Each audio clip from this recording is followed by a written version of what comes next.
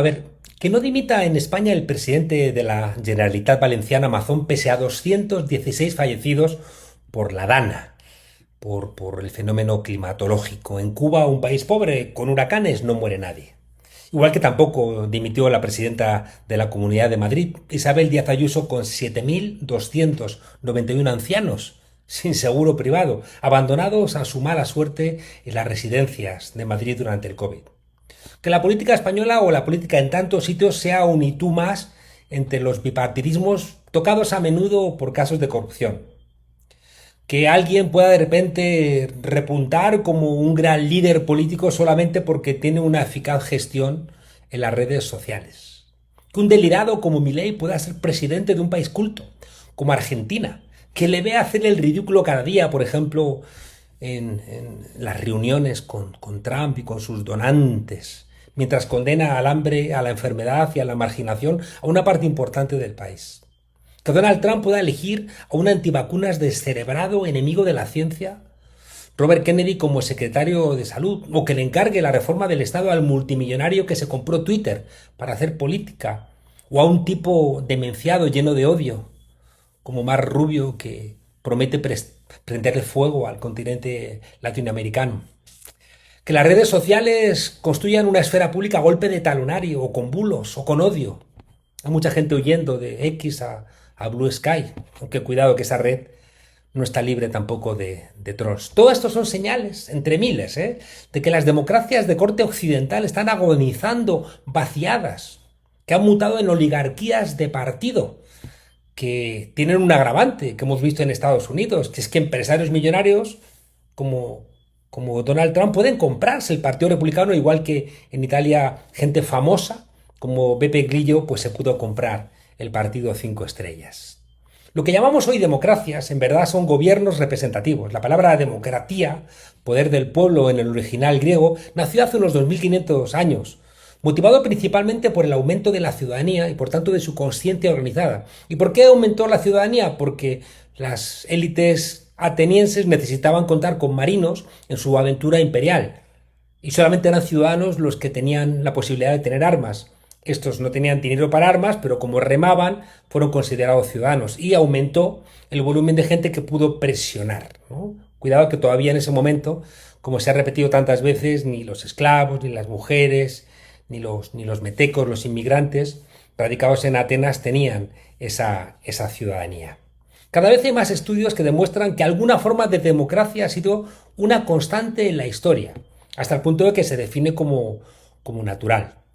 Aparte también que esos estudios de esta Savage o de David Graeber y David Bengrove pues demuestran que la democracia no nació en Grecia, sino que en otros países como Egipto pues habían estado funcionando mucho antes como democracias tempranas. Todo esto es normal y es lógico porque en las sociedades nómadas el coste de desobedecer era muy bajo, pues bastaba marcharte. La facilidad de irte a otros sitios pues siempre es una garantía de libertad, sea en una relación política, económica, sentimental o del tipo que sea. Y esto es importante recordarlo porque muy al contrario de lo que parece hoy natural, que parece que lo es algún tipo de obediencia y sumisión, como si obedecer hubiera sido la norma en la historia del Homo sapiens, pues era lo contrario. Ahí está la Confederación Iroquesa, los hurones, los tlaxcaltecas, pueblos mesoamericanos previos a la conquista, el citado mundo griego, el mundo egipcio, pues las asambleas germánicas, la voluntad consejista y asamblearia en algunas ciudades del norte de Italia, o también en Castilla y Aragón bajo los Austrias, los Leverers y los Diggers en la Revolución Inglesa. Todas estas fueron formas de democracia. Algunos, ya digo, lo llaman democracia temprana y que desmiente esa mirada resignada de la jerarquía política. Con la pérdida de la sociedad esclavista en Grecia, que era la que financiaba la democracia, fue también perdiéndose esa voluntad democrática de que fueran las mayorías quienes dictaran la marcha de la sociedad.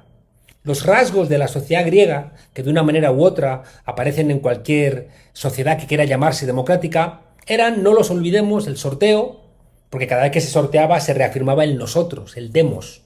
También el derecho a defender tus propios intereses en la plaza pública, lo que se llamaba ley segoría, la limitación de mandatos, la revocación de mandatos y la exigencia de responsabilidades por la mala gestión, cosas que ha reclamado recientemente Claudia Sheinbaum para incorporar a la democracia mexicana, o que forman parte constante y común de la reconstrucción democrática en Venezuela, ese villano universal a donde parece que nadie debe mirar, no vaya a ser que encuentren cosas que contaminen estas agotadas democracias occidentales.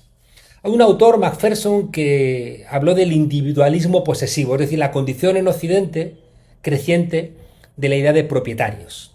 Y esa condición creciente de propietarios fue matando a la democracia. ¿Por qué? Porque el propietario ya no quería hacer personalmente política, entre otras cosas porque no tenía tiempo, sino simplemente lo que buscaba era autorizar al gobernante para que hiciera él la política. Digo él porque el papel de las mujeres en la política, salvo en el caso de algunas reinas, pues no entraría en escena hasta el siglo XX. Bueno, como digo, quien no era propietario pues tampoco era ciudadano. En las discusiones en la Inglaterra de Cromwell del siglo XVII, en la Constituyente norteamericana de 1787 o en la Revolución Francesa, la idea de representación fue expulsando a la idea de democracia. De hecho, los políticos burgueses que hicieron las leyes y las constituciones de esos países renegaban de la democracia y exaltaban como superior lo que llamaban el gobierno representativo.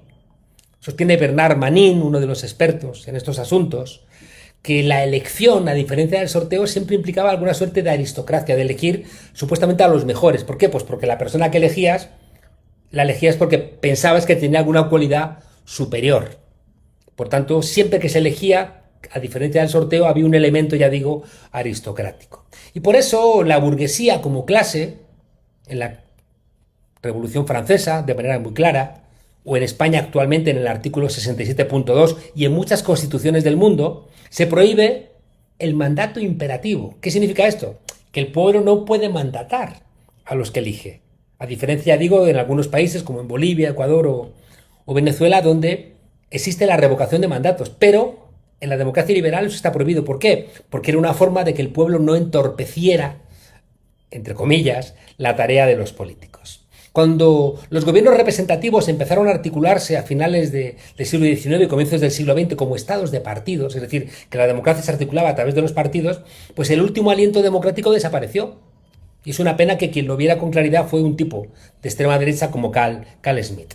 El Parlamento debería representar al conjunto, pero nadie ha explicado cómo de la discusión entre partidos que representan intereses contrapuestos, pensemos entre el Partido Republicano y el Partido Demócrata en Estados Unidos, y cómo de representar los intereses del capital y los intereses del trabajo, supuestamente, va a salir el interés colectivo. Es que es mentira. Hoy es muy evidente que de esa lucha social salen ganadores y perdedores. ¿Y quién va ganando? Pues van ganando las clases poderosas. En el entorno de Donald Trump, el reciente ganador de las elecciones norteamericanas, igual que ocurre con la extrema derecha europea, hay gente que, viniendo de los estratos más bajos de la sociedad y habiendo prosperado mucho o poco, se han vuelto enemigos de la clase, de la raza y del género del que proceden. En una lectura simple dicen: si yo he salido del agujero, los demás también pueden salir del agujero, y si no, que arreen. A quien Dios se la dé, San Pedro se la bendiga.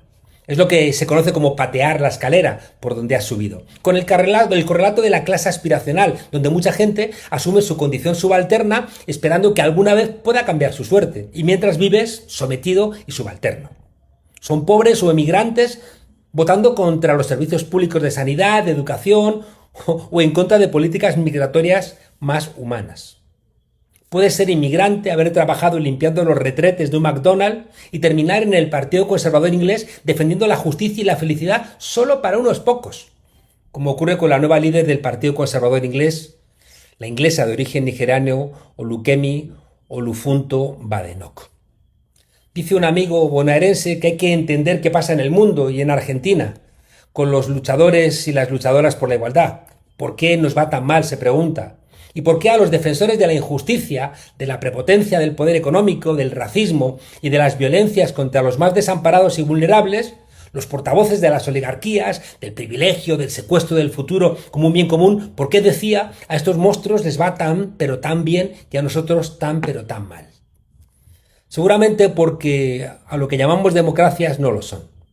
Y porque nadie ya en nuestras sociedades se encarga de preguntarse por la armonía del conjunto, que en otros sitios tan demonizados como China forma parte de la mirada central del interés de la política.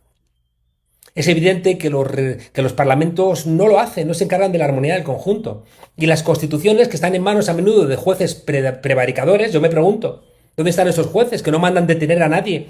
Porque en nuestras sociedades aumenten las desigualdades, haya empresas que abusan de los beneficios, o se niegue el derecho a la vivienda a alguien cuando es un derecho constitucional. Porque esos jueces no mandan nunca detener a nadie. Trump en Estados Unidos va a reventar el Estado en un país que difícilmente va a poder seguir llamándose Estados Unidos. Unidos raro, porque la mayor eficiencia que van a inyectarle con la inteligencia artificial se la van a repartir los que quieren financiarse un viaje a Marte.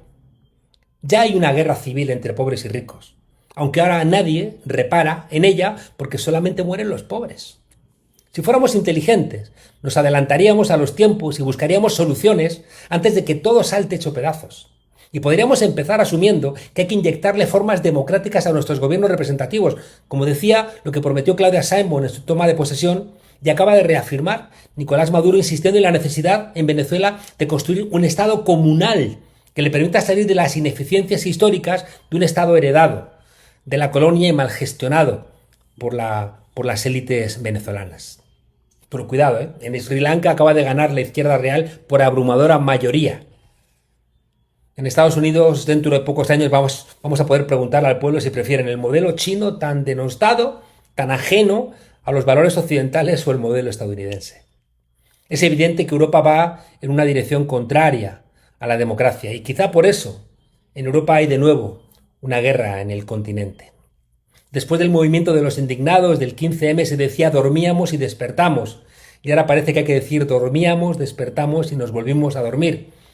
Y como decía Goya en aquel grabado, cuando la razón está dormida, vienen los fantasmas, la razón dormida produce monstruos.